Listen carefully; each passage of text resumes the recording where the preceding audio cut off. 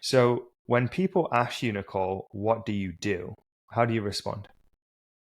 I'm an author, I'm a podcast host, but most importantly, I'm an intuitive therapist. And everyone is like, what is an intuitive therapist? I have a master's in mental health counseling, and that's where I originated with helping people. But as you sit with people, you start to lock in. And I'm curious if you've had the same experience where you've been just one on one in like a heated or deep, passionate conversation with somebody, and you just feel like you know them on a different level. And so there's a magic that happens with that when you get the privilege of sitting with somebody in their deepest, darkest moments. And it began to unlock this intuition for me of I started knowing things about them. I started feeling like they had already told me things. And it was this really magical moment where I was like, what is that?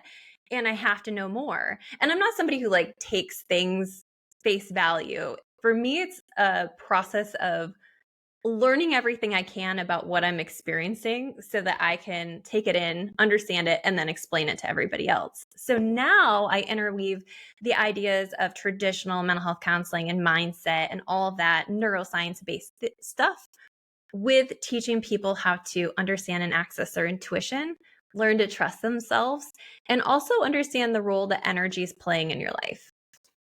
So when you say intuitive therapist, is that something you can study or is that something that you've developed off the back of like your mix of education and methodologies and experience? I'm curious.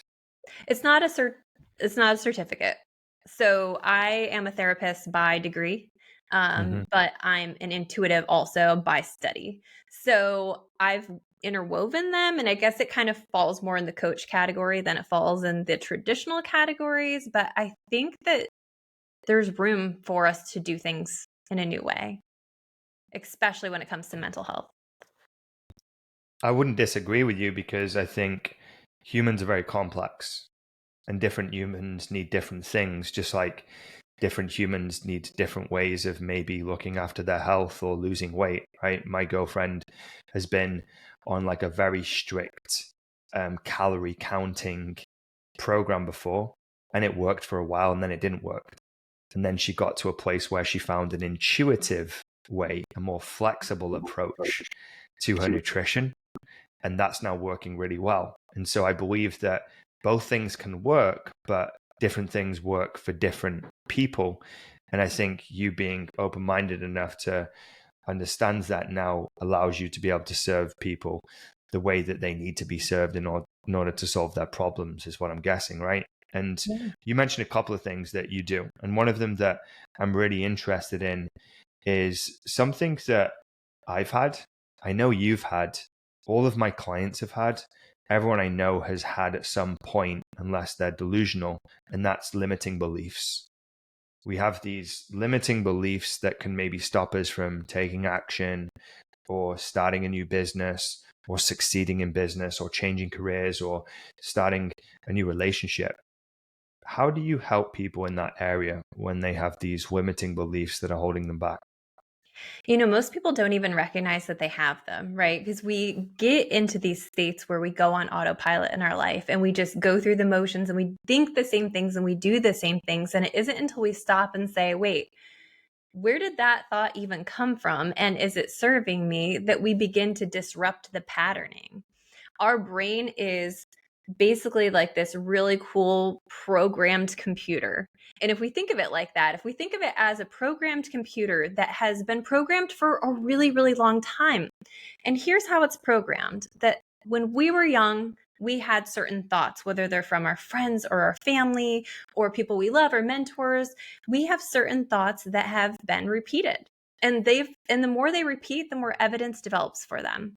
And the more they repeat, the more they become a belief. Now, beliefs are important, but they're just repeated thoughts, right? So, beliefs are important because when we look at our world and we believe something to be true, we're more likely to see it because our brain is super duper efficient. It's sort of like a Google search bar. If we type something in, it looks for it in the inner world, in your memories, in your thoughts, and it looks for it in the outer world. And that's why we can think we're super right about everything and have polar opposite opinions and still feel like we're deeply correct about the thing that we're passionate about. Because a thought And a belief is just a thought that you keep thinking. So that when we're having these beliefs and it's filtering our world based on what we believe, we don't know it's wrong because we're being proven right. Does that make sense? Yeah. Yeah. So we develop these beliefs in these limiting beliefs really easily. And the way you can identify a limiting belief is if it's keeping you stuck in any part of your life, if it's keeping you stuck, if it's keeping you small, if it's keeping you unhappy, if it's telling you negative things about your self concept and who you are and get to be in the world. Negative thoughts and limiting beliefs don't feel good. And we can start to break them down by just saying, okay, so why am I not taking this leap to this job promotion? What is going on under the surface? What do I believe about myself to be true in this area of my life? And if it's true that our brain acts as a Google search bar, if I believe this, what do I have to see? Now, here's the power in all of this, right? Is that we can recognize, oh, I've had these beliefs for a really long time. I've programmed them. But when I begin to open up and get curious about what they're doing there and if they're helping me, then I gain power over them and they're not just this automatic thing. It's the awareness that we have them and the willingness and the curiosity to do something different. A lot of people, when they start to recognize, oh, I've got all these limiting beliefs around what I can have or finances or relationships, they feel kind of like a victim to them, like they're like being personally assaulted by their own belief system. But the reality is that the minute you say, ooh, I don't really like that. That doesn't really serve me. I'm wondering what else could be true. Curiosity is the gateway for getting out of your limiting beliefs. And it's as simple as that. I like to make things easy. I can give you a 12-step thing. I can give you affirmations. I can give you the whole thing that will help. But curiosity of where did this come from? And do I still want it? Is it serving me? What do I have to see if that is true for me? And most of the time, when we start to debunk these, and this is honestly based in CBT, cognitive behavioral therapy, right? Is if I actually look at what I'm thinking instead of just taking it as absolute fact, I just shine a little light on it, I can look at it differently. And I can look at it lovingly, and it doesn't have to say anything about me. I can just choose to say, okay, well, that doesn't serve me. I'm curious about what else can be true. Why do you think people then are maybe afraid to criticize or critique their beliefs? Because people are avoiding them or not digging into them, right? They're just allowing them to be, and that's keeping them limited, right? Why do you think people may avoid it? Is there a reason for that? Is it because they're just too busy? They don't have the time to do it? Has no one told them that they can do it? What do you think is the reason why people are not exploring these things and being critical? Most people don't recognize their power, right? Most people, there's no, in school, we're not trained to like look at our thoughts. We're not talking about thoughts in school. Like we're not doing any of that. So most people up until this point aren't having family conversations around it. They're not going to therapy. They're not in a space where they can even hear that, hey, your thoughts matter and you can change them. There's not a lot of that messaging. And sure, in our world, there is. So we're like, why wouldn't you? But for most in the majority of the world right now, like having any recognition that your thoughts have power is in and of itself a powerful change. Plus, it's safe to have old thoughts. It's safe to stay in the same thought because if I begin to think something new, then I have to shift out of my comfort zone. If I begin to think I'm worthy, I might have to put myself out there. If I begin to believe in myself instead of doubt myself, then I have to get uncomfortable. And our brain is built to keep us comfortable. I don't disagree with anything. I think you're bang on the money there. I think it's lack of education, but also how we're preconditioned to protect ourselves from maybe uncomfortable situations, right? And I think it's just fascinating, the human mind and how it either works for us or works against us. But it has good motives, but often its motives are often not serving us for the better, right? I'm actually studying this guy at the moment called Brian Johnson. I don't know if you've heard of this guy. He's becoming quite popular. He spends $2 million every single year on reversing his aging. And it's Ooh. fascinating. So and he's publishing all the data. He's got a team of scientists. He did do a deal, I think, with PayPal, and he owned Venmo, I believe. Like, this is big out in the States, right? So he sold that for about $700 million, like a very capable individual. And he's doing all these studies and things like that on his body, on his genetics, on his mind. And he mentioned something really interesting, which is what I'm leading to now. And the comment I just made is, we think our brains and bodies are trying to actually protect us, but often they're actually harming us. Because he was saying, if I let myself make the decisions that I want to make, to eat what I want and behave how I want, it's actually costing me my life, because I'm going to make bad decisions. I'm going to eat bad food. I'm going to not get the right sleep. I'm going to take too many risks. And as a byproduct, the longevity of my life is going to be diminished. And so he's trying to do the opposite. How do I protect my life, retain my life? And what he's done is just looked at the data and critiqued the data and said, well, what does the data actually said? What is the perfect thing to eat? What is the perfect sleep routine and hygiene? What is the perfect way to clean your teeth? And often we have to look at data or be critical in order to know the best way of doing things. And it's what you're describing. Is our mind a preconditioned to keep us safe? Potentially, that's what we think. But if we critique it, often it's not. It's actually not serving us. It's actually harming us.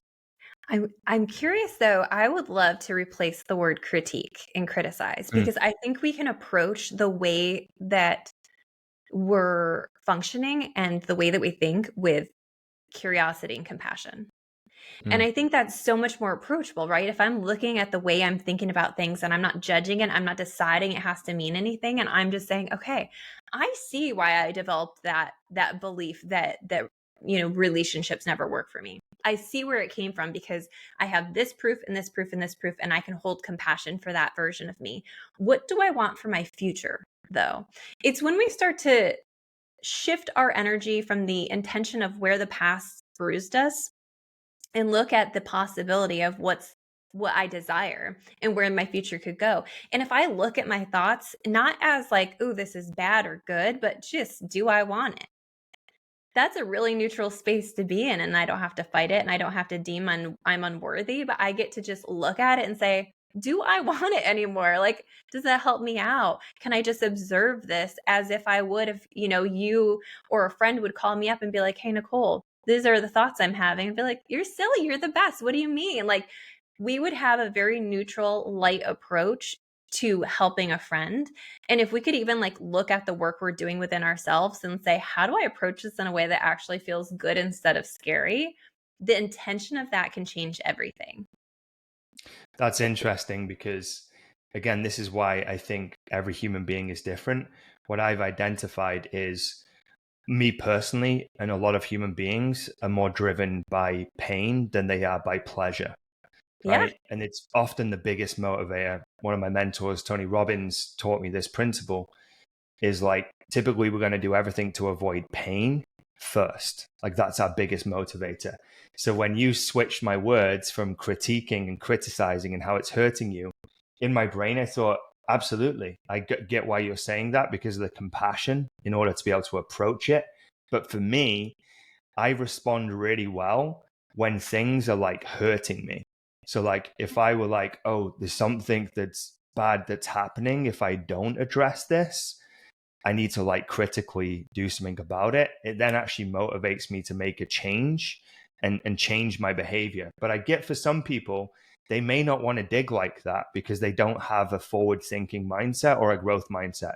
For me, change is good, and digging for things that are not serving me is good. But for someone who's maybe a little bit averse to change, I think what you said about approaching it with compassion would be a better approach in order to just open the door to begin with. Yeah. And that goes back to knowing yourself, and it goes Yeah. back to core values, right? One of my core values is fun. If I can make my life more fun, if I can make the hard stuff more fun, for me, that's like a better way. And I also think that there's something to be said about the energy that comes with an emotion, right? As when we have a lighthearted emotion, it feels lighter. And so is there a way that, when I'm thinking, is this triggering pain? Does that heaviness sit within me and block me in some way? If we think of energy as another component of healing and growth, then if we think of our mood as energy, and then that's what I'm really breaking it down to, right? Mood is energy. So if we've got like joy and elation and bliss at the top, it feels light. When you're in a great place, it feels so light and so free and so good. I went to Italy over the summer and I just left and I was like, look, I could just float in the Mediterranean all day long. And it felt so good. And coming back, it was like, ooh, I've got all these responsibilities and that weight and that stress, and it weighs everything down. And so it's about knowing yourself, and it's about deciding what is your motivation. But also, I would just pose the thought of, do you get more done when you're feeling stressed out? Is that old programming? Or is that just the way you work? I don't know. But I feel I like, can answer that question. yeah, I'm curious. Yeah, I don't actually work well from a place of like stress or overwhelm like most human beings, because energetically, I agree with you. You want to be in a high vibration, not a low vibration, if you want to create and build and, you know what I mean, make progress.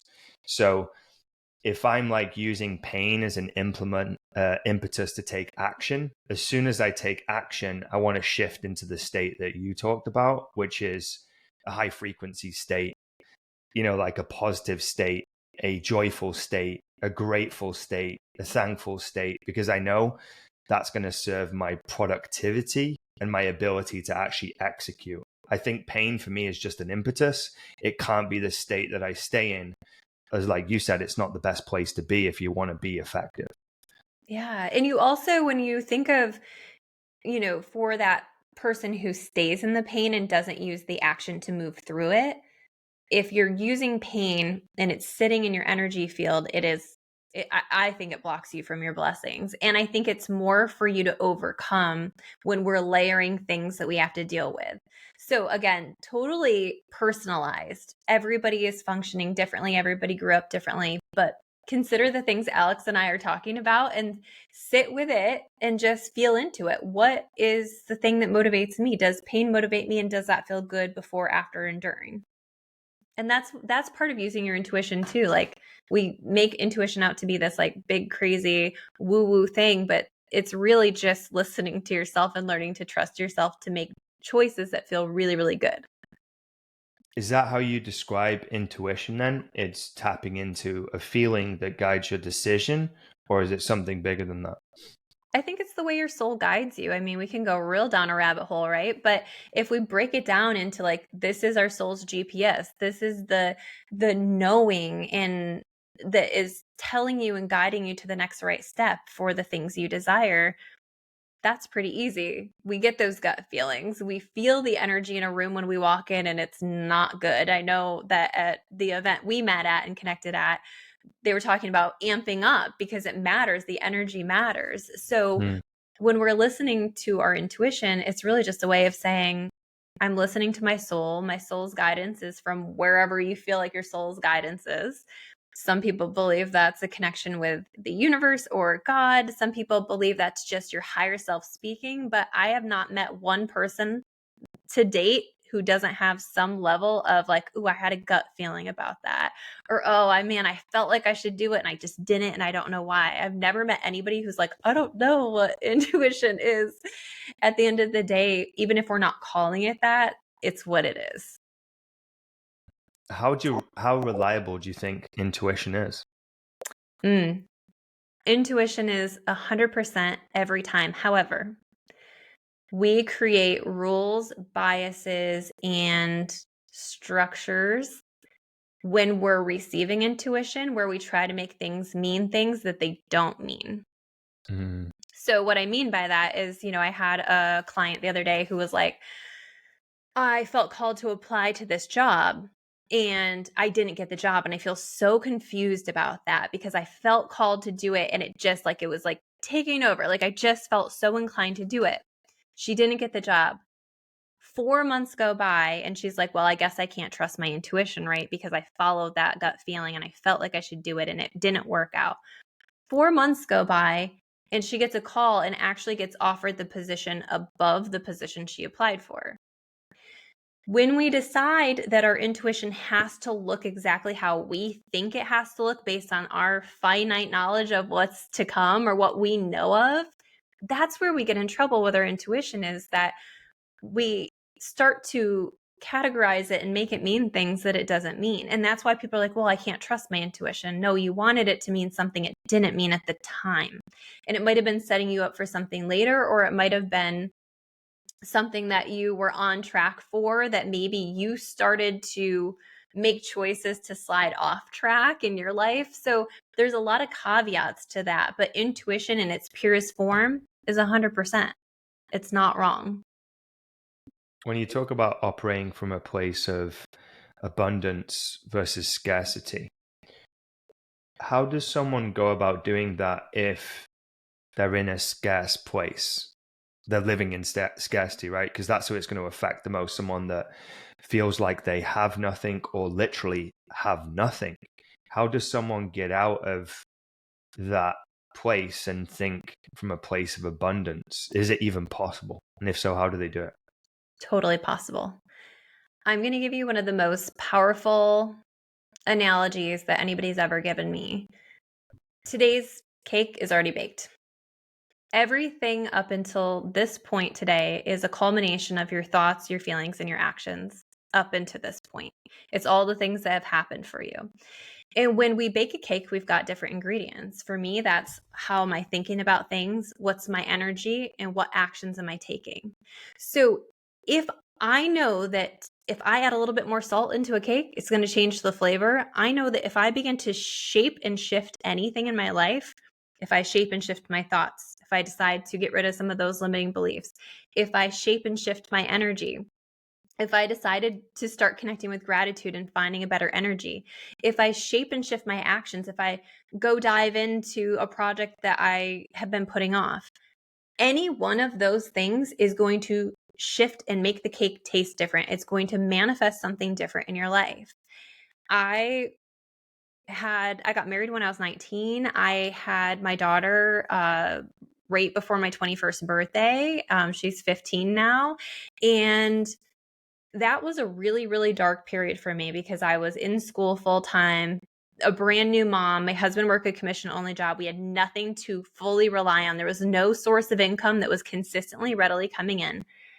And I remember I read The Secret by Rhonda Byrne, which is a very base level manifestation book. And I was going to school for psychology. I knew the power that like thinking differently had, but when I began to think about it in terms of manifestation, that's when things really opened up for me. And I remember just beginning to get curious about what else could be true in my life. And the curiosity that happens and what manifestation has looked like for me, and I write about this a ton in Rock Your Comeback, is manifestation isn't necessarily just thinking good things and having good things happen. It's thinking good things and following those intuitive impulses to the next right step. And sometimes the universe just throws in something magical anyway. So when I started to play around with this, I remember we were in so much debt. It was like, am I going to keep the lights on this week? Is it lights? Do we keep the lights on? Is the heat in upstate New York? What are we going to keep on this week? You know, it was a really challenging financial time. And so I'm reading this book and I'm like, okay, I'm going to manifest checks. And that isn't what I focus on today. And I'll talk about that in a second, if that's okay. But I was like, I'm just curious. I'm going to manifest checks. And so I started to put that energy out there and I did it like a handful of times. And I remember this aha light bulb moment when I got a check for an audit that was done on a job I had worked 7 years prior. And I got a $500, $700 check, whatever it was, covered everything I needed that month. And it came out of nowhere. And I was like, oh, okay, I can't decide how things get to shift for me because I don't know enough about what's possible.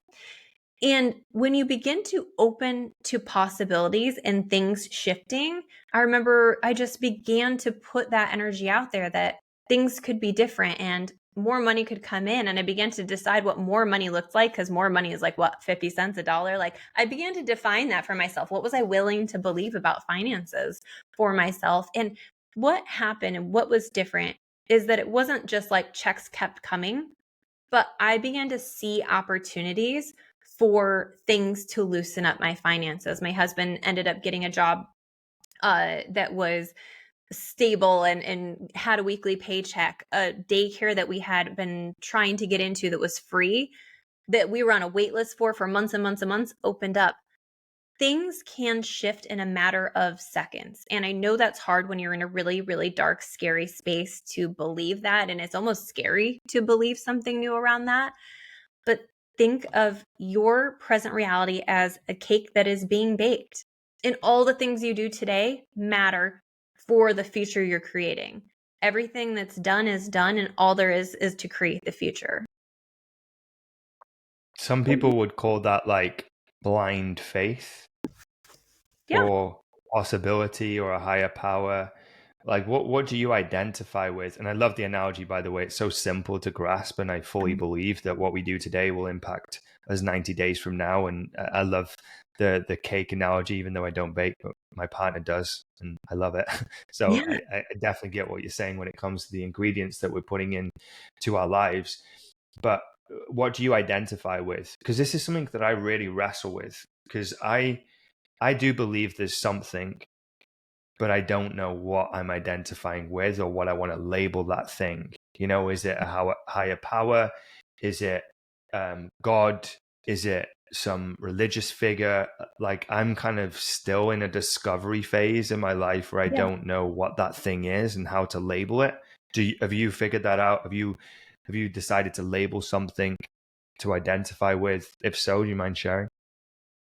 That's a really great question. And it's a very personalized question because I grew up in a house with no religion, no faith base.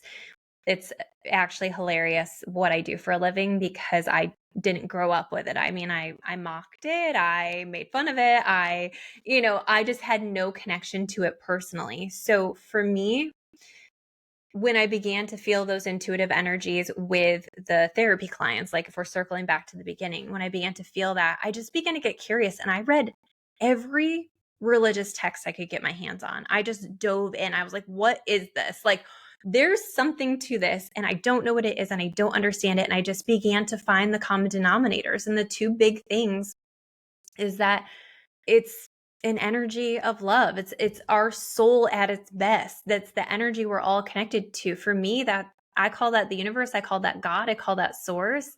I don't put a label on it because I don't really know, and I don't think anybody really knows.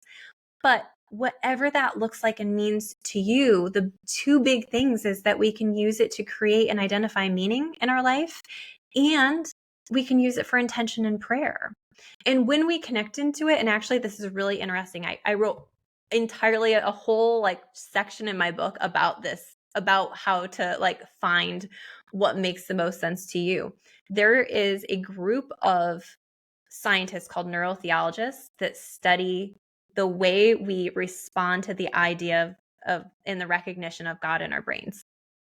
So we have this special space in our brain devoted to, and it lights up when we talk about the universe. So there is some soul level neurological recognition that something bigger exists, and nobody can decide that for you but you. And the connection isn't going to come because you want it to, or because you read or follow something or somebody else, although it can be nurtured in that way. But I think it's one of those things that you have to develop those personal evidences of the universe. So for me, that first aha moment was those checks. What is that? Mm. Why would that come? That didn't make any sense to come. And then with my intuition, I just began to write down my gut feelings. I had a little notes section on my phone, and anytime I had a gut feeling about something, I would jot it down. And I began to develop such solid evidence that my intuition was so spot on every time, how it showed up, what it looked like when it showed up. And I just wrote it down, and I developed evidence that I could trust myself.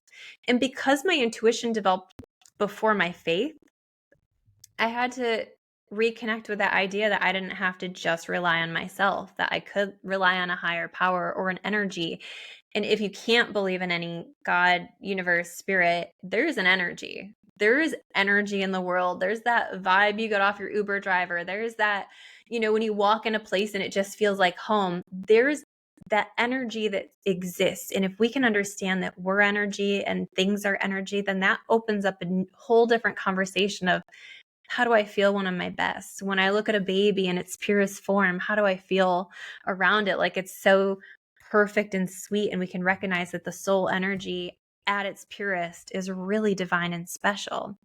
But creating a connection to a faith source is personal, and you get to decide Yeah. how it looks and what feels right and true to you. And you can go back in. I mean, the things that don't feel true to me, like, they turn my stomach. They make my stomach twist, or they make my heart sink, or it just feels like, no, that's not correct. Listening to yourself is a gateway drug to finding a faith base, I think. But I think the danger is falling into whatever everybody else wants you to believe about it to be true. I think there's a special connection that only you get to connect with and decide. What compelled you to write a book, Nichole? Because that's quite a big undertaking.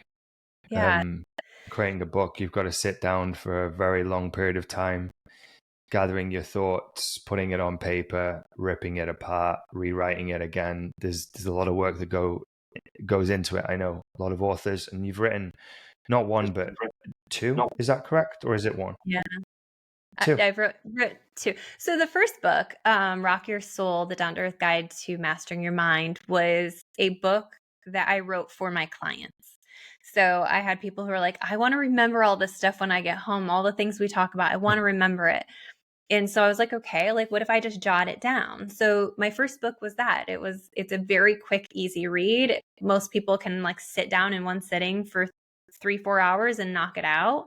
Um, Rock Your Comeback is more personal. Rock Your Comeback, The Down to Earth Guide to Reclaiming Your Power, is a manual to me 12 years ago when I was in that space, in that dark hole. Here's how you get out of it. And so I wrote it for me, but I wrote it loud enough for other people to hear.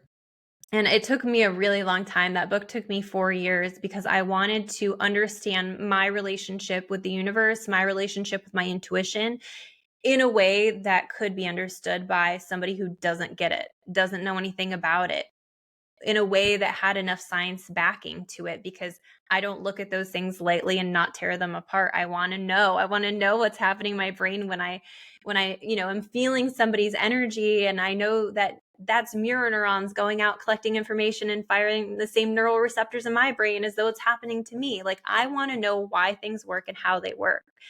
But I do believe in the mystical and magical, so I really wanted to be well versed in sharing that in the way that only I can. But yeah, this book, Rock Your Comeback, is so near and dear to my heart because it is the guide of how I got out of my black hole and manifested a life that I I don't even know if I could have dreamed up, to be honest.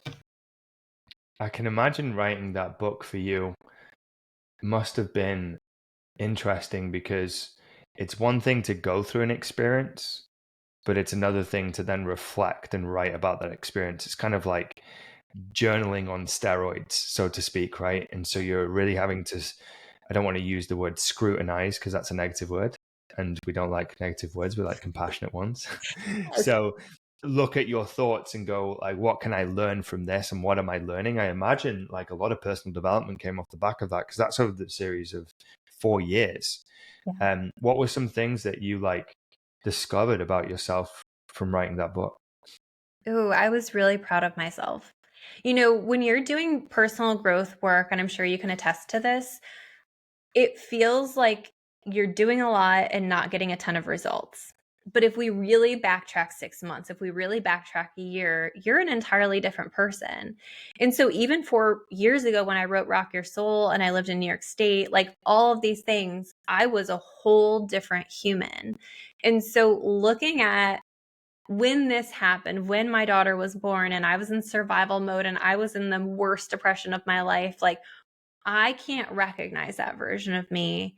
And I'm so grateful for all of the beautiful things that landed in my lap to be able to heal and to feel more empowered in my life. And that's why I'm so freaking passionate about helping people feel powerful in their life and helping them reclaim their power, is because there was a time where I didn't. So for me, it was like a journey of, shit, I did it. Like, I felt very proud and really I did have moments where I felt really sorry for that version of me. I'm really sorry for the version of me where my parents were like mid-divorce while I was having a child at 20 and living an hour away from everybody, and I had no support system. Like, there was parts of that where I could actually hold compassion for myself in places that I had never held compassion for before. So that was really interesting, but it was actually just a really fun experience to put it all on paper. Obviously, editing is maddening, and I don't suggest that to anybody. But if you ever get a chance to write about your life, actually, Elizabeth Gilbert talks about this when she wrote "Eat, Pray, Love." She didn't write that for anybody else; she wrote that for herself. And so, if one person can benefit from my story, if they can hear the things I've learned and wish I knew when I was 20 years old, I've helped the person I needed to help. But more importantly, it's something that it's my legacy I'm leaving for my kids, for the world. If it helps one person, I'm thrilled, honestly. I really hope people listening to this resonate with anything you say and it sparks that journey for them when it comes to personal development. And the reason I say that is because you're living proof of how it can change your life, right? And I know for me personally, it changed my life because when I was younger, sort of 13 years old, I was surrounded by, I don't want to say the wrong people, but certain people that were leading to certain behaviors and certain actions, taking drugs and alcohol and really abusing those things. And I could see that I was going down a very dangerous path, so to speak, right? Yeah. And I was smart enough to know if I continued that there's not really going to be a pretty ending to this story, so to speak. But I continued for the next 5, 6, 7 years down this pursuit of abusing things and doing things that were just polluting my mind and polluting my body. But one saving grace was that I was still making time for some reason. I don't know why. I must have picked up a book at 17 for these personal development and self-help books. And I've still got some of them with me today, not on the shelf behind me, but in a box somewhere of like some of those first personal development books. And I think that was the catalyst that got me to think differently and got me to like think about my situation and ask myself, do I really want to be here or do I want to be somewhere else? And I don't think if it was for those books, no, I think if it wasn't for those books, I wouldn't have made that change. And one of the friends in that circle that I was with was one of my best friends. There was two of them. There was two brothers. And one of those people in that circle no longer exists. Yeah. And that validated the fact that that could have been my fate if I hadn't picked up just a book that I was inspired to read from somewhere or someone that changed the course of my life. And so that's why I say I hope this conversation inspires just one person to do something for themselves and follow that personal development path that both of us have definitely been on, that can absolutely change the whole trajectory of your life, and in a very positive way, and in a way where you're then led to impacting more people than just yourself. It then becomes a bigger project, right? Where you're then impacting your clients and the people that you coach and the people that you serve, etc. So I appreciate you. I appreciate your time. Time is something that I value more than any resource in this world. And for you to come here on a Wednesday night on my side here and spend some time with us and me, I really appreciate it. I really do. I appreciate the invite. And just to add on to what you just said, there's a readiness that has to happen for you to change your life. And you might not recognize it in an overt way, but I always think the universe is trying to reach us when we're in the darkest spaces, when we're so far off path of like our highest self. I always feel like the universe is trying to reach you. So if you're listening to this podcast and anything resonated with you, I hope that's your sign that you have all the power in the world to get back on track. And thank you so much for creating such a beautiful space and asking incredible questions. I'm so grateful to connect with you and be on your show. So you've got two books, which you mentioned. Mm-hmm. If someone wanted to go deeper into your world, where do they go? Where would you send them? Yeah. So NicholeEaton.com. My parents had to be interesting and spell my name with an H. So it's NicholeEaton. But connect with me on Instagram. I have so much free content. I have my podcast, Rock Your Comeback podcast. So I love to share things and I love to share them for free. So even if you're just tiptoeing into this world, like connect with me. I answer my DMs. So just shoot me a message and we'll talk. I think the coolest thing about that invitation is there's certain figures who are not accessible, you know? And for you, like you've just made it very apparent there that you're accessible. It can tap into your free content. It could probably drop you a message and reach you personally. Yeah. That's something that you don't often get with people like Rhonda, for example, who's written a book and has become this global sensation, which is probably on the way to where you're becoming as you keep growing on this journey as an author and a contributor and a server to society. But right now, people can get access to you, which is such a cool thing, just through Instagram, just through your podcast, just through your book. So anyone's interested, go there, go and search, go and see what you can find, go and connect, and surround yourself with people that are going to just put you in a good mental space, because society is pretty rough at the moment. There's a lot of chaos, there's a lot of confusion, there's a lot of conflict, there's a lot of things going on in the world. And one of the things that I've dedicated myself to do is try and drown out all of the things that are not serving me and the people around me, and try and tune into all the positive things that you've been speaking about and the books that we've maybe talked about and mentioned that are positive and are supporting a healthy way of thinking. So